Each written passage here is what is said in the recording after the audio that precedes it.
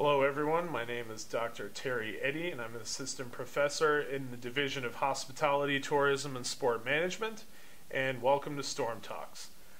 Since Storm Talks itself is an interactive social media based platform, I thought it might be appropriate to talk about another social media platform, namely Twitter, and how it's having an effect on my industry, which is sport management.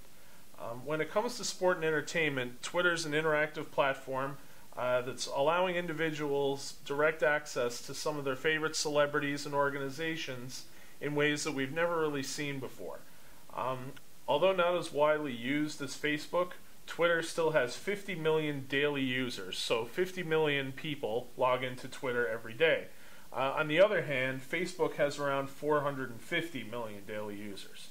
However, research is suggesting that people use Twitter for different reasons than they do Facebook, which we'll come back to in a second. What's interesting about Twitter is that research suggests that a majority of Twitter users don't regularly behave like disseminators. Disseminators being people who send out information, or in this case, tweet. For example, 22.5% of users on Twitter account for 90% of the total tweets that are posted on Twitter.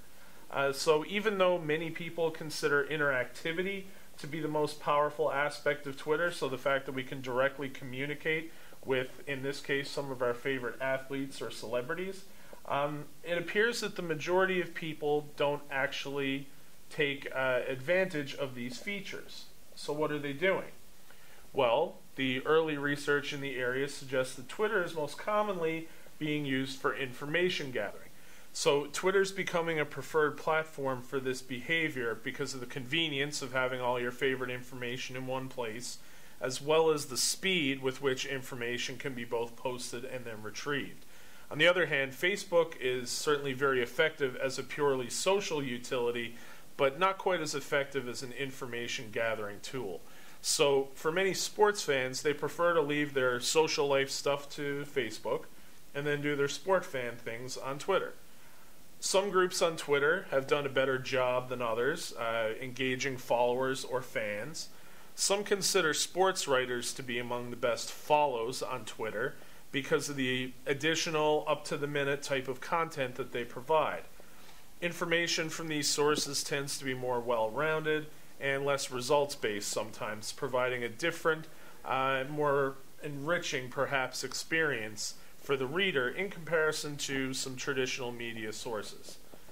Other Twitter users enjoy following athletes for a variety of reasons. Some athletes hold contests for free tickets to games or send out humorous tweets on a regular basis. More importantly, though, athletes are providing interesting information from a new perspective through this unmediated forum, and fans appear to be drawn to that.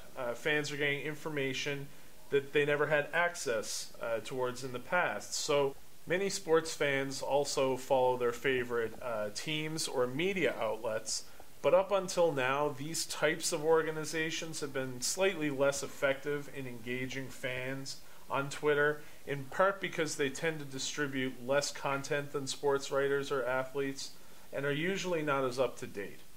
So with all of that said, I want to find out more about how you use Twitter. Here's a couple of questions for you to consider to start our discussion, and I'd love to hear your answers so we can understand more about this media phenomenon that we call Twitter. So, number one, what are some of your favorite athletes or celebrities to follow on Twitter, and why? Number two, what are some reasons why you've stopped following certain individuals, sports teams, and so on? Number three, have you ever received free or cheap tickets to a game, concert, or show through Twitter? And finally, how has using Twitter changed your other information gathering habits? So are you using traditional websites, for example, as often as you did before you started using Twitter? If you don't currently use Twitter, regardless of whether you're a sports fan or not, I would highly recommend you opening an account and trying it out. Give it a few days, and then try and answer the questions that I just posed to you. I'm looking forward to hearing your perspectives and experiences with Twitter, and thanks for watching Storm Talks.